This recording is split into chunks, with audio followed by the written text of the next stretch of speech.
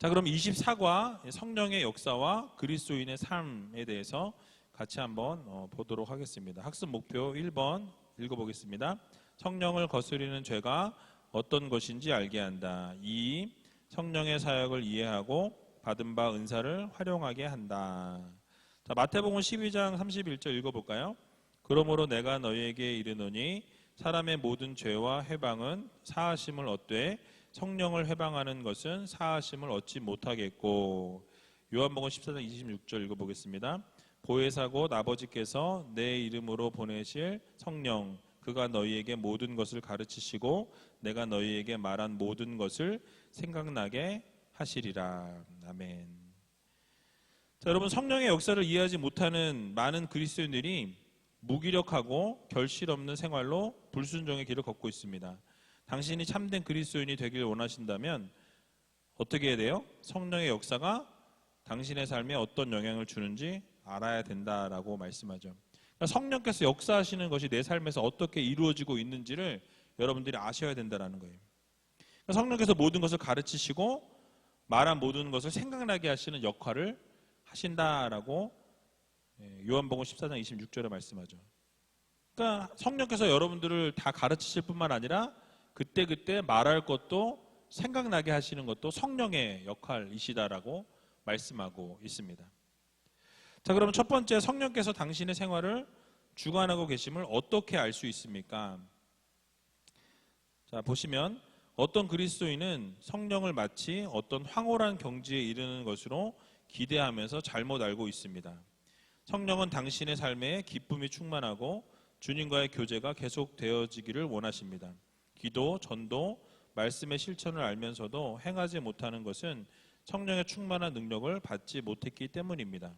성령께서는 인격적으로 당신의 삶 전체가 주님과의 교제를 통해서 일시적 감정 상태가 아니라 지속적으로 성령의 지배받는 생활을 할 것을 원하고 계십니다. 때문에 성령께서는 당신이 죄를 고백하고 성령 충만함으로 하나님이 사용하시는 도구가 되길 원하십니다. 그러한 생활을 원하신다면 지금 곧 주님께 기도함으로 확신을 구하십시오 라고 말씀하죠. 그래서 여러분, 성령의 소욕을 여러분들이 따르고 있는지, 내가 육체의 소욕을 따르고 있는지 여러분들이 여러분 자신을 한번 들여다 보셔야 된다는 거예요. 그래서 내가 지금 육체의 욕심을 따르고 있다면 세상적으로 지금 많이 기울어져 있다라고 생각하시면 딱 맞습니다. 근데 내가 만약에 지금 성령의 소욕을 따라서 성령의 말씀하시는 대로 움직이고 있다면 내가 성령의 소욕을 따르는 하나님의 자녀들로 살기 위해서 지금 몸부림치고 있다라고 생각하시면 맞다라는 거죠. 내 삶에 주님과의 교제가 있는지, 내가 지금 기도하고 있는지, 전도하고 있는지, 또 말씀이 나의 마음 가운데서 움직이고 말씀의 지배를 받고 살아가고 있는지 여러분들이 좀 자신을 돌아보셔야 된다는 거예요. 성령의 지배를 받고 있는지 꼭 살펴보시기 바랍니다. 갈라디아서 5장 16절에서 17절을 보게 되면 이렇게 말씀하죠. 우리 같이 한번 읽어볼까요? 내가 이르노니 너희는 성령을 쫓아 행하라. 그리하면 육체의 욕심을 이루지 아니하리라.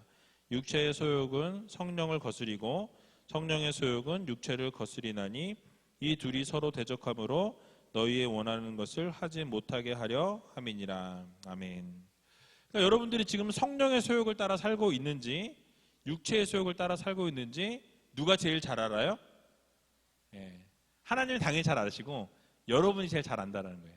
내가 지금 육체의 욕심을 따라 살고 있는지, 그 육체의 지배를 받고 있는지, 성령의 지배를 받고 살고 있는지를 여러분 스스로가 여러분들의 이 매일매일의 삶 속에서 지난 일주일간의 삶을 통해서 내가 지금 어디에 지배를 받고 있는지를 정확하게 알 수 있다는 사실이죠. 그러니까 다른 사람에게는 뭐 보여주는 모습이 다를 수 있지만 내가 실제 내가 살아가고 있는 그 삶의 모습을 들여다보면 내가 지금 성령의 은혜로 살고 있는지 내 소욕대로 살아가고 있는지를 분별해낼 수 있다는 사실이에요. 자, 그러면 성령의 사역은 무엇입니까? 다음 성경 구절을 찾아 기록하면서 당신의 견해를 말씀해 주시기 바랍니다. 성령의 사역은 여러 가지가 있는데요. 여러분들 찾아보면서 같이 좀 나누도록 할게요. 첫 번째 뭐라고 써 있죠? 중생케 하십니다. 중생이라는 것은 거듭나게 하시는 거예요. 다시 태어나게 하신다. born again이라고 이야기하죠. 그래서 여러분 요한복음 3장 5절을 보면 예수께서 대답하시되 진실로 진실로 내게 이르노니 사람이 물과 성령으로 나지 아니하면 하나님 나라에 들어갈 수 없느니라 라고 말씀하시죠. 결국 성령으로 거듭남을 통해서 다시 태어남을 통해서 우리를 중생케 하신다, 다시 태어나게 하신다라는 거죠. 그러니까 사람은 성령으로 거듭나기 전에는 육체적으로는 살아있지만 영적으로는 죽어 있습니다 라고 말씀합니다. 때문에 로마서 6장 23절에서 죄의 삭은 사망이요 라고 말씀하죠. 그러니까 우리가 성령으로 거듭나기 이전의 삶은, 우리의 삶은 뭐예요? 죽음이에요. 죽음. 죄의 삭은 사망이기 때문에 우리 모두는 성령으로 거듭나기 이전의 삶은 다 죄 가운데 살았다라는 거죠. 그런데 여러분, 지금은 우리의 삶은 어떻습니까?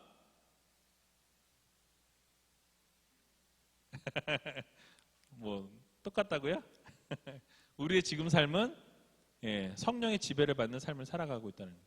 그러니까 내가 막 성령에 막 취해서 막 이런 것도 필요하지만 그것이 아닐지라도 내가 예수 그리스도를 주로 시인하고 고백하는 삶을 살았다라고 한다면 이미 성령은 내 안에 내주하신다라는 것을 우리는 반드시 기억해야 합니다. 그러니까 지난번에 강의를 했던 것처럼 사단은 어떻게 해요? 그 확신과 믿음을 어떻게 해요? 자꾸 의심하게 하고 깨트리고 하나님과 멀어지게 한다는 거예요. 그렇지만 우리는 기억해야 합니다. 성령은 항상 내 안에 내주하시고 늘 역사하시고 우리와 늘 동행하시는 성령님이시다라는 것. 여러분, 이 사실을 기억하고 흔들리시면 안 돼요. 절대로 흔들리시면 안 됩니다. 하나님이 여러분들을 택하시고 예정하시고 하나님의 자녀로 백성으로 이미 삼아주셨으면은 그 구원의 그 놀라우신 능력과 은혜는 변함이 없다라는 거예요. 흔들림이 없다라는 거예요. 여러분들을 때려서라도 하나님은 돌이키게 하셔서 다시 하나님의 백성으로 하나님의 자녀로 삼아주신다라는 이 사실을 우리는 반드시 기억해야 합니다. 그래서 중생은요, 결국 성령의 역사를 통해서 하나님으로부터 오는 거예요. 그래서 중생은 영적으로 다시 거듭남을 의미합니다. 그러니까 내가 거듭나고 싶어서 거듭나지는 게 아니에요. 내가 영적으로 다시 태어나고 싶다 그래서 태어날 수 있는 게 아닙니다. 이것은 온전히 누구의 역사예요? 성령의 역사예요. 하나님의 역사로만 그것이 가능합니다. 그러니까 여러분들 다시 태어날 수 있다는 것, 중생한다라는 것은 내 마음대로 그것이 가능한 것이 아니다라는 거예요. 성령께서 역사하시고 성령께서 그 사역들을 하셔야 가능하다라는 말씀이죠. 뒷장에 넘기시면 두 번째, 당신의 중심에 어떻게 하신대요? 들어와 계신다라고 말씀합니다. 고린도서 3장 16절을 보게 되면 너희가 하나님의 성전인 것과 하나님의 성령이 너희 안에 거하시는 것을 알지 못하느뇨라고 말씀하죠. 성령께서 우리 안에 이미 거하신다라는 거예요. 늘 함께 하신다라는 거예요. 내가 부지불식간에 내가 성령께서 함께하지 않으신다라고 생각하는 그 순간에도, 또는 내가 성령의 소욕이 아닌 육체의 소욕을 따라서 움직이고 있는 그 순간에도 성령께서는 어떻게 하십니까? 우리와 함께 하신다는 거예요. 내주하신다는 거예요. 탄식하고 계신다는 거예요. 아이고 안타까워라, 돌아와야 되는데. 아이고 안타까워라, 저기 가면 안 되는데. 그래서 생각나게 하시고 깨닫게 하시고 돌이키게 하시는 거예요. 회개의 영을 부어주셔서 우리가 하나님과 함께 할 수 있도록 늘 생각나게 하시고 말씀하시는 게 성령의 역할인 것입니다. 그래서 성령은 우리 안에 내재하시는 그리스도의 영이십니다. 이 말씀은 주님께서 우리의 중심에 들어와 계심을 뜻한다라고 말씀하고 있죠. 또 당신에게 뭘 확신시켜 주세요? 구원을 확신시켜 주십니다. 그러니까 성령의 친히 우리 영으로 더불어 우리가 하나님의 자녀인 것을 증거하시나니라고 말씀하죠. 그러니까 성령께서 여러분에게 늘 뭘 상기시키는 거예요? 너는 더 이상 죄인이 아니라는 거예요. 하나님의 자녀라는 거예요. 하나님의 백성이라는 거예요. 내가 너를 이미 양자 삼았다라고 하나님은 늘 말씀하시는 거예요. 계속해서 지속적으로 여러분들에게 깨닫도록. 그래서 늘 도우시는 하나님. 성령께서 당신으로 하여금 예수를 믿게 하시고 그 믿음이 떨어지지 않도록 도와주시고 연약함을 친히 도우시며 끝까지 보호해 주신다라는 것이죠. 그러니까 여러분, 우리가 성령의 은혜가 아니고서 우리가 예수 그리스도를 주라 시인할 수 없다라고 분명히 말씀드렸습니다. 그러니까 여러분들이 분명히 여기서 믿음 생활 하시면서 여러분들이 세례 받을 때 이미 주님을 나의 주님으로 영접했기 때문에 세례를 받으셨어요. 그리고 직분 받으신 것도 여러분들이 그런 믿음의 기초 위에서 여러분들의 믿음의 신앙의 고백을 통해서 하나님이 여러분들의 하나님 되셨고 여러분도 하나님의 자녀가 되었고 백성이 이미 되었다라는 거예요. 성령의 역사를 통해서 여러분들이 구원을 이미 얻은 하나님의 자녀들이다라는 것을 우리는 기억해야 합니다. 그래서 예수를 믿게 된 것도 우리의 의지로 믿은 것 같지만은 사실 우리의 의지가 아닌 거예요. 성령께서 강력하게 역사하셔서 여러분들이 예수 그리스도를 나의 주님으로 고백하게 하시고 영접하게 하신 것도 성령의 역사하심을 통해서 그것이 가능하게 되었다는 거죠. 내가 한 것 같지만 사실은 내가 한 게 아니라는 거예요. 아까도 원로 목사님도 설교하셨지만 우리의 삶에는 우연이란 없다라는 거예요.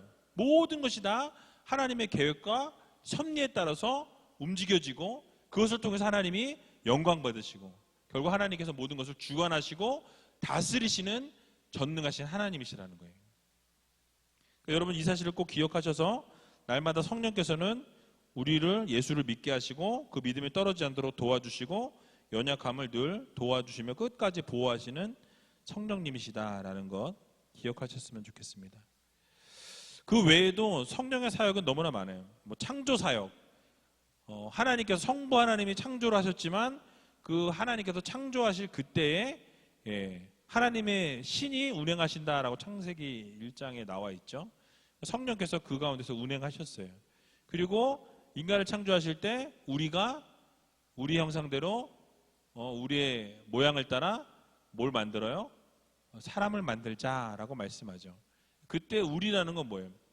여러분 생각해 보세요. 내가 나 혼자 만들면서 성부 하나님이 나 혼자 창조하셨으면 우리라는 표현을 쓸 이유가 없죠. 내가 사람을 창조했다고 말씀하시면 되는데 우리가 우리의 형상을 따라 우리의 모양대로 사람을 만들자 청유형이에요. 그죠? 뭐뭐 하자. 내가 혼자 뭐뭐 하자 그러면 그게 말이 되나요 안 되나요? 안 돼요. 그러니까 삼위일체 하나님께서 이 창조사역, 그러니까 성령 하나님도 창조사역에 동참을 하셨나요 안 하셨나요? 하셨다라는 거예요. 분명하게 말씀하고 있습니다. 창조사역도 성령의 사역 가운데 하나입니다. 또 죄를 책망하실 때 죄에 대해서 의에 대해서 심판에 대해서 세상을 책망하실 때도 이 성령께서 감당하신다라는 거예요. 또 성경의 저자들을 보게 되면 성령의 감동으로 성경에 쓰여졌다라고 말씀하죠. 성령의 감동이 뭐예요? 한 사람 한 사람의 이 성경 저자들, 그러니까 한 40여 명 된다고 이야기하잖아요. 각자가 다른 시대를 살아가고 다른 지역에 있었던 사람들입니다. 그럼에도 불구하고 이 성경을 관통하는 맥이 있다는 거예요. 바로 예수 그리스도죠. 그것이 어떻게 가능할 수 있었느냐? 그게 성령을 통해서 가능했다는 거예요. 성령의 역사하심을 통해서 이 성경을 쓰는 저자들을 하나님이 주관하시고 섭리하시고 이 성령께서 모든 것들을 붙들어 주셔서 이 성경을 쓰도록 인도하셨다라는 거예요. 성령께서 이것들을 다 주관하시고 성령의 사역으로 그것이 가능케 되었다라는 거죠. 그리고 그 외에도 여러 가지 있습니다. 성령께서 생각나게 하셨다고 아까 말씀드렸고요. 또 성령으로 마리아가 잉태되었다라는 것도 성령의 사역이었고 예수 그리스도를 하나님의 아들로 믿는 것도 성령께서 그것을 믿게 하신다라는 거죠. 여러 가지가 있어요. 그 외에도 그 정도 하고 넘어가겠습니다. 많은 그리스도인들이 세 번째 보시면 성령 충만하지 못한 이유가 무엇일까요? 그러니까 그리스도인들이 왜 성령 충만하지 못하냐라는 거예요. 그 이유가 뭐라고 되어 있죠? 사단이 우리 마음속에 들어와 교만하게 만들며 자기중심적이고 이기적인 그리스도인이 되게 하기 때문입니다 라고 말씀하죠. 결국은 사단이 이 성령의 충만함을 막는다라는 거예요. 아까도 말씀드린 것처럼 지난번 강의 때도 말씀드린 것처럼 뭐예요? 늘 우리가 하나님과 교제하고 하나님과 함께 하려고 하는 그 순간에 또 성령께서 우리를 붙들어 주시고 중생하게 하시고 늘 우리와 동행하시고 말씀하시는 그 순간에 사단은 뭐예요?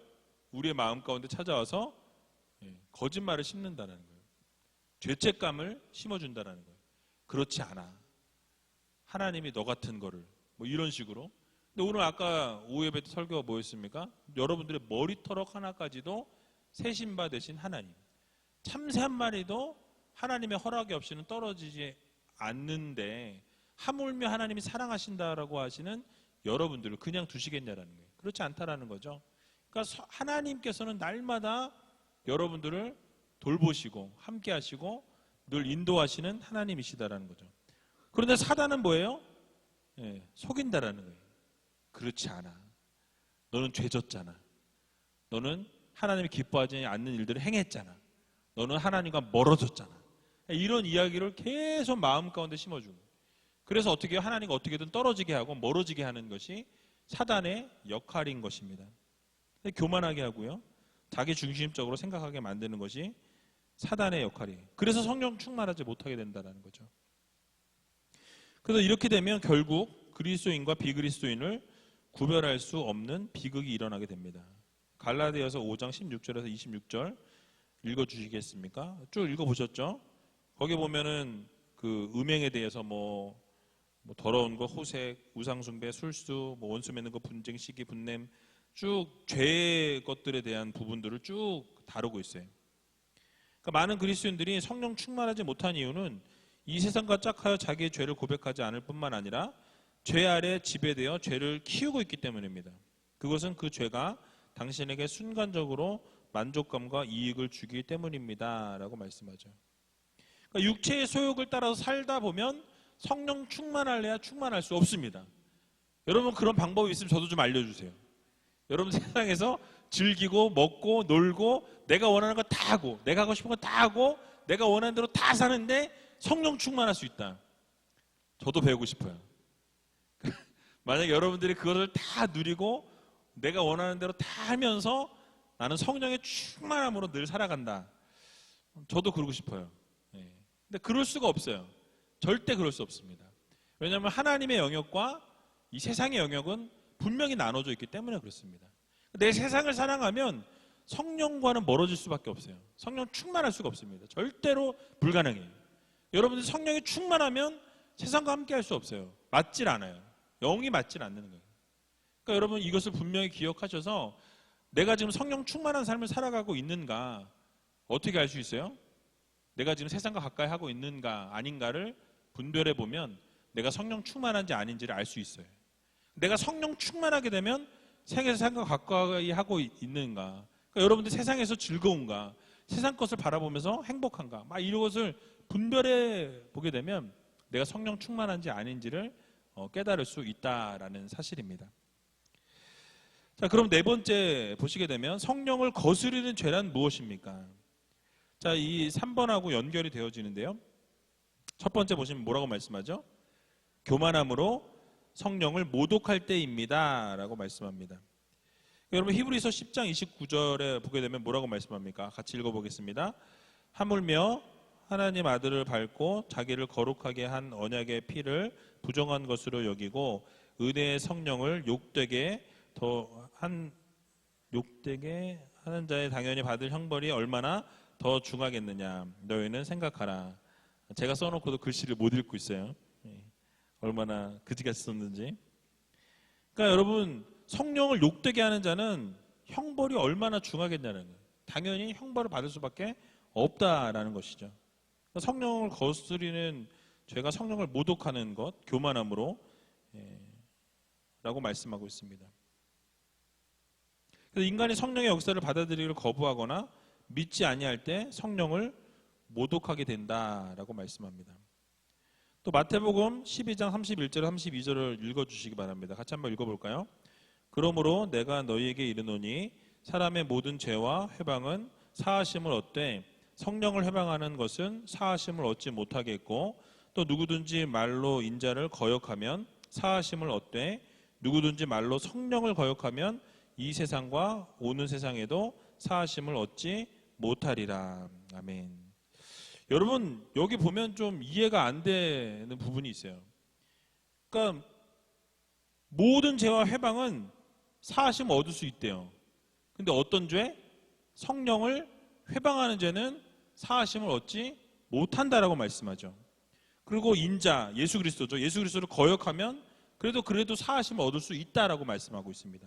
그런데 누구를 거역하면? 성령을 거역하면 이 세상 오는 사람들의 사하심을 얻지 못한다라고 말씀하죠. 여러분, 이게 무슨 말입니까? 이거를 가만히 우리가 생각해 보면요, 이 인간의 모든 죄는요 사함을 받을 수 있습니까, 없습니까? 여러분들의 모든 죄는 예수 그리스도의 보혈로 사하심을 받게 된다라는 거예요. 그런데 그래서 우리가 하나님 앞에 회개하고 모든 죄를 용서해 주시라고 기도하면 어떤 죄일지라도 하나님은 그 죄를 기억지도 아니하시고 동에서 서가 먼 것처럼 그 죄가를 멀리 하신다라고 분명하게 성경에서 기록하고 있어요. 너희의 죄가 주홍같이 붉을지라도 어떻게 하세요?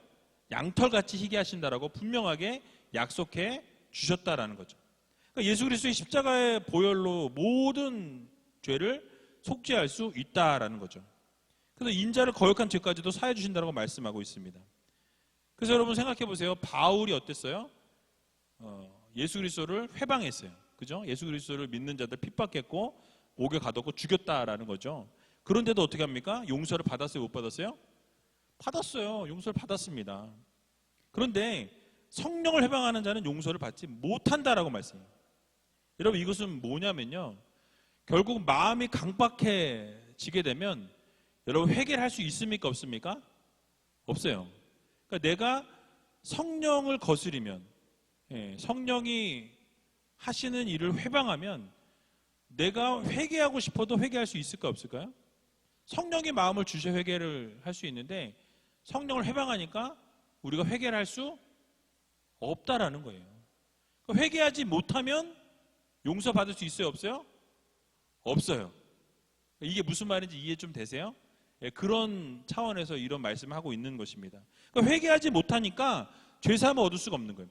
내가 회개를 하면 어떤 죄를 지었을지라도, 정말 극악무도한 죄를 지었을지라도 하나님 앞에 회개하면 하나님은 다 용서하신다는 거예요.